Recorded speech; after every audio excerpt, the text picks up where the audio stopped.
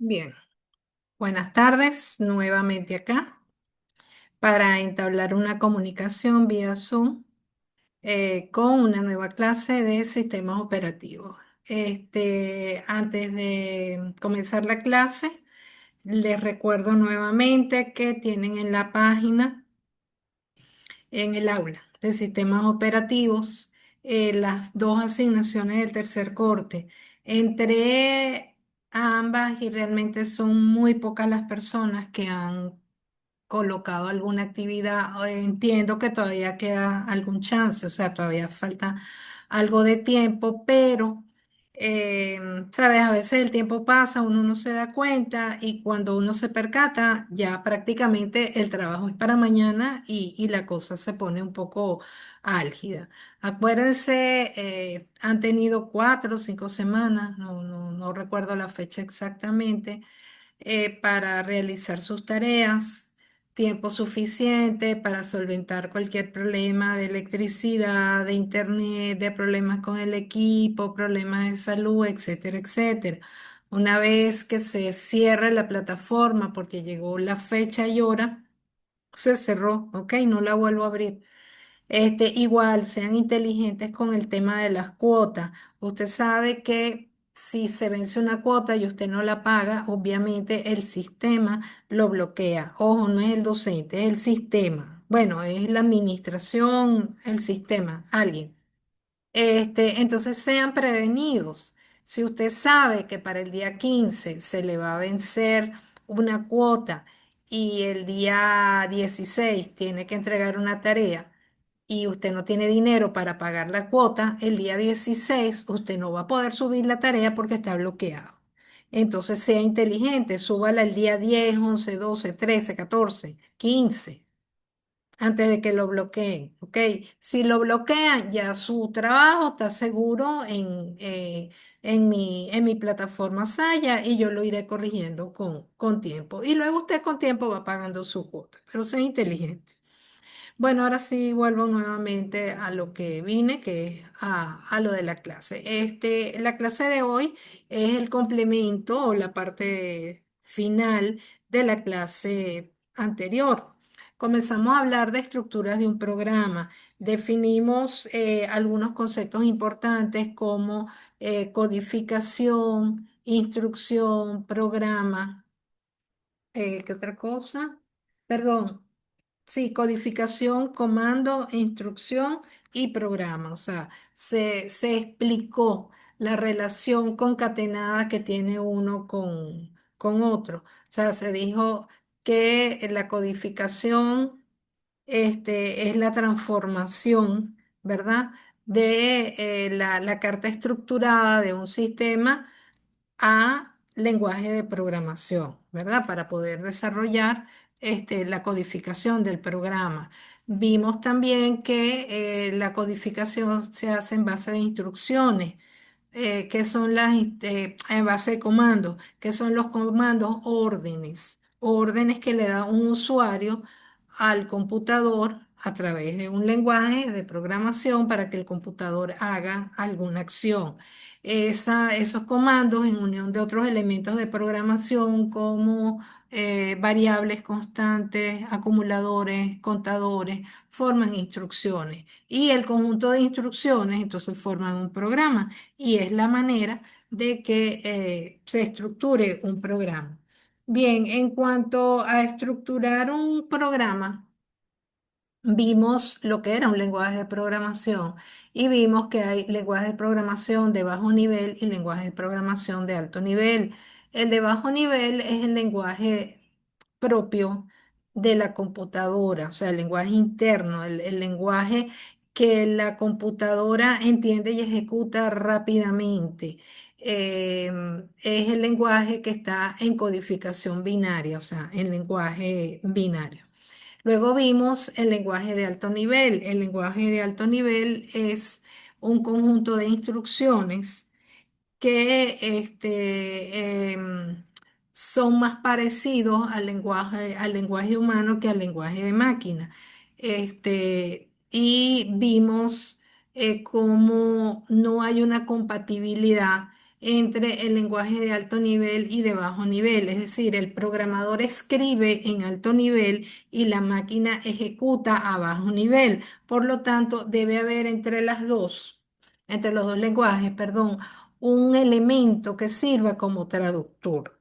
O sea, para que lo que escribió el programador en lenguaje de alto nivel pueda ser comprendido y ejecutado por el microprocesador de la computadora, que solamente entiende y ejecuta cuando todo está codificado a bajo nivel. Bueno, también vimos algunas características de los lenguajes de alto y de bajo nivel que no voy a volver a repetir. Entonces, lo que me interesa más es qué es ese algo que hace la traducción de un tipo de lenguaje a otro.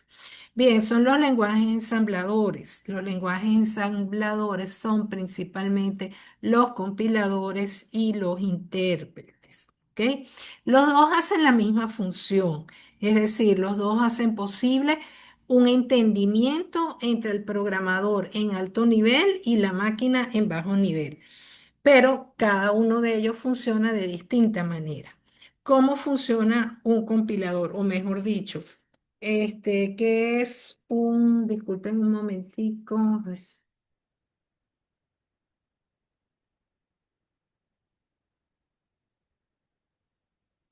bueno, ok, ¿qué es un compilador?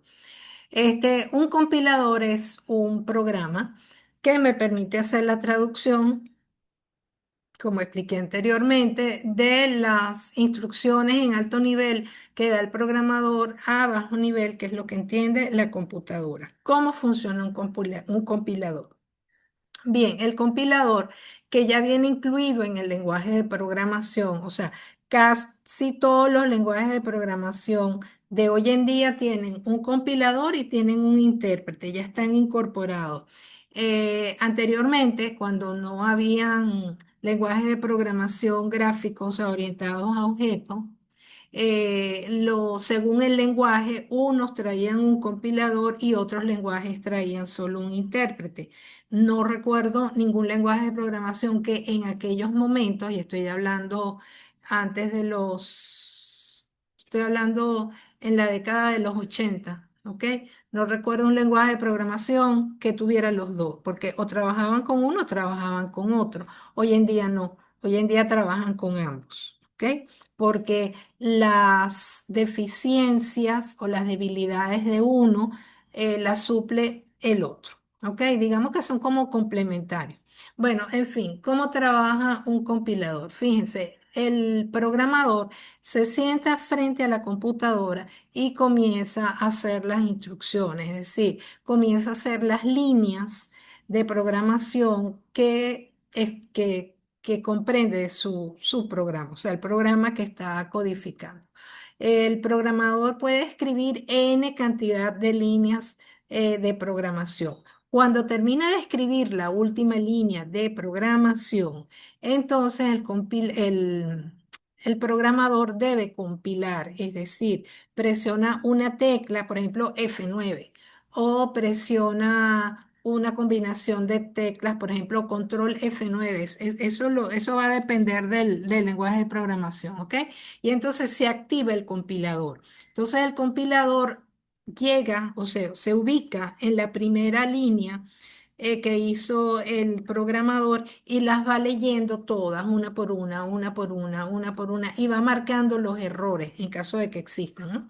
Entonces va marcando los errores hasta que llega a la última línea o la última instrucción de programación. Eh, Habrá conseguido la cantidad de errores pues que estén allí y las indica. Por supuesto, no indica la solución, pero indica dónde está el error. Y entonces el programador tiene que ponerse a buscar en cada línea el error y arreglarlo. Mientras el programa no esté depurado, depurado quiere decir libre de errores, el programa no se va a poder ejecutar.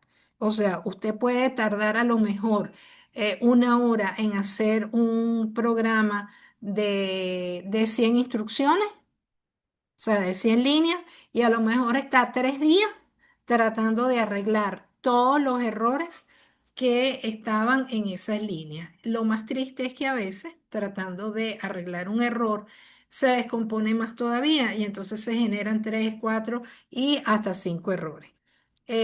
No es que sea algo catastrófico, pero sí hay que reconocer que, bueno, a veces esto de compilar requiere de mucha paciencia, de mucha perseverancia por parte de los programadores, porque mientras no esté 100% depurado, es decir, libre de errores, el programa no se va a ejecutar.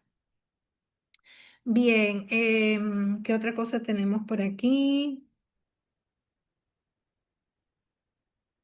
Bueno, una vez que se ha compilado, ya está totalmente depurado, entonces vamos a tener tres archivos de ese mismo programa. El primer archivo se llama archivo fuente, que es el programa tal cual lo escribió el programador. El segundo archivo se llama archivo fuente, perdón, archivo objeto, que es el resultado de la compilación. Es decir, es el mismo programa fuente, pero ya en lenguaje de máquina. Y por último, tenemos el archivo ejecutable, que generalmente es .exe, exe de execute, EXG, que es el archivo que finalmente el usuario va a poder ejecutar. O sea, le va a hacer clic y entonces el programa va a hacer lo que debió hacer, no sé, sumar dos números o sacarle la raíz cuadrada a algo o, bueno, lo que el programador haya querido ejecutar. Luego tenemos, bueno, ese es el lenguaje, ¿cómo se llama? Ese es el compilador. Luego tenemos el intérprete. El intérprete, es también un programa, ¿verdad? Que busca hacer la depuración de un programa hecho por un programador en alto nivel. Pero la diferencia entre la forma de actuar del compilador y el intérprete es que el intérprete, eh, cuando se escribe la primera línea, y se da enter para pasar a la siguiente, el intérprete inmediatamente lee la primera línea. Si esa primera línea tiene un error, el intérprete no permite continuar. ¿Ok? Entonces, esa es la forma de trabajar. Escribes una línea, la línea se depura y puedes pasar a la segunda. Se escribe la segunda se depura y puedes pasar a la tercera. Mientras no quede una línea 100% depurado, será imposible que el programa se pueda ejecutar porque el intérprete no lo va a permitir. Obviamente, los dos programas, tanto el compilador como el intérprete, tienen sus ventajas y sus desventajas, pero en fin, son los que permiten hacer que un programa al final pues pueda funcionar. Bueno, déjenme ver qué otra cosa tenemos por aquí. Ya está. Bueno, las diferencias entre compilador e intérprete. Bueno, además de esa diferencia de cómo funciona uno y cómo funciona el otro, ¿verdad? Que espero que haya quedado clara. Hay otras diferencias que son importantes mencionar.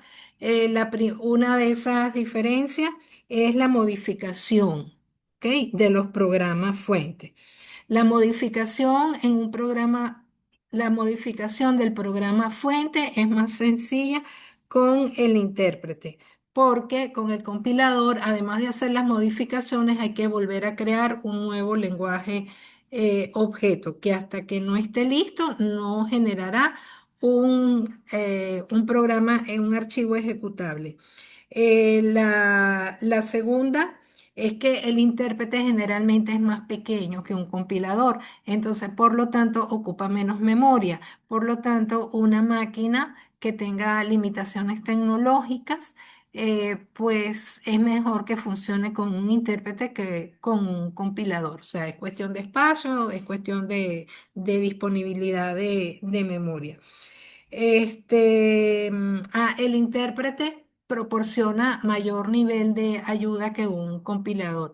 Ojo, ninguno de los dos hace el trabajo, pero dentro de la, ¿cómo se le llama eso? Dentro de la traba que da uno y da otro, el intérprete pues tiene un nivel de ayuda, o sea, señala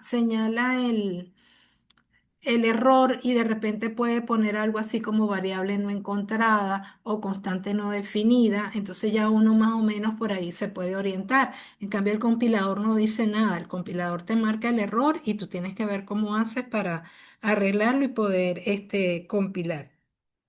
Bueno, la ventaja fundamental del intérprete es la velocidad. Acuérdense que, eh, perdón, la ventaja fundamental del compilador es la velocidad. Acuérdense que el compilador permite la escritura de todas las líneas y luego hay que compilar, pero sí permite escribir todas las líneas, mientras que el intérprete, si no arreglas la primera línea que pueda tener un error, no puedes pasar a las siguientes.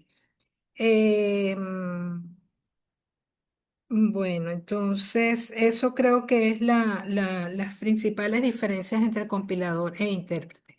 Bien, aquí hemos hablado de programas fuente, entendiéndose como tal, el programa tal como lo escribe el programador en lenguaje de alto nivel. Luego también hemos hablado de programa objeto, que el programa objeto es aquel que se genera a partir del programa fuente una vez que ha sido compilado o que ha sido interpretado y ha sido convertido a lenguaje de máquina. Y luego hemos hablado de programa ejecutable, que es aquel programa que finalmente el usuario puede ejecutar porque ya la máquina lo tradujo y lo entendió. Hemos hablado de traducción. Traducción es el mecanismo a través del cual un programa hecho en lenguaje de alto nivel se convierte en un programa en base a lenguaje de bajo nivel o lenguaje de máquina. Bien, ya con esto entonces terminaríamos la parte de estructura del programa. Ya en la próxima clase, entonces comenzaríamos con la siguiente unidad, que es la unidad de las estructuras de almacenamiento. ¿Ok? Ahí hablaremos de bases de datos, hablaremos de archivos, bueno, hablaremos de esos asuntos. Bueno, creo que ya con esto pues queda, queda servido este tema para ver. Nadie se conectó. Igualito, paso esto a video y lo dejo en el aula, ¿ok? Bueno, muy buenas tardes.